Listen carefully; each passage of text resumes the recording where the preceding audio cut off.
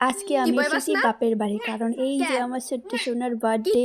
বাড়িতে যেয়ে প্রথমে চাটা খেলাম, তারপর আমি নিজে আলু সিদ্ধ করছিলাম। বার্থডেতে কি খেতে দিবে তার জন্য কাকিরা সবাই মিলে রেডি সেডি করছে। তারপর আমি বানিয়েছিলাম স্যুপ।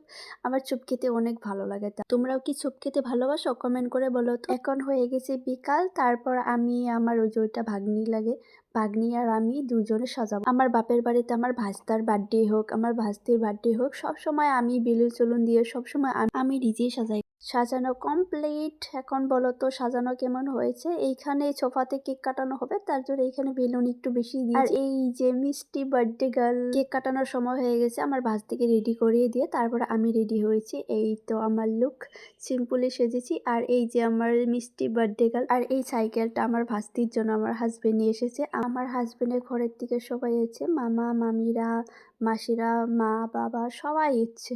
এখন কেক কাটানো হবে। আমার শ্বশুর মশাই আর আমার বাবা দুজনে একসাথেই বসিয়ে দিয়েছি। কেক কাটানো হয়ে গেছে, সবার আশীর্বাদ দিয়ে হয়ে গেছে। তারপর তোমাদেরকে দেখাচ্ছি কি কি দিয়েছিল খেতে। পায়েস, মিষ্টি, মাংস, পুরি, ভাত। আজকের জন্য এইখানেই। গুড নাইট সবাইকে।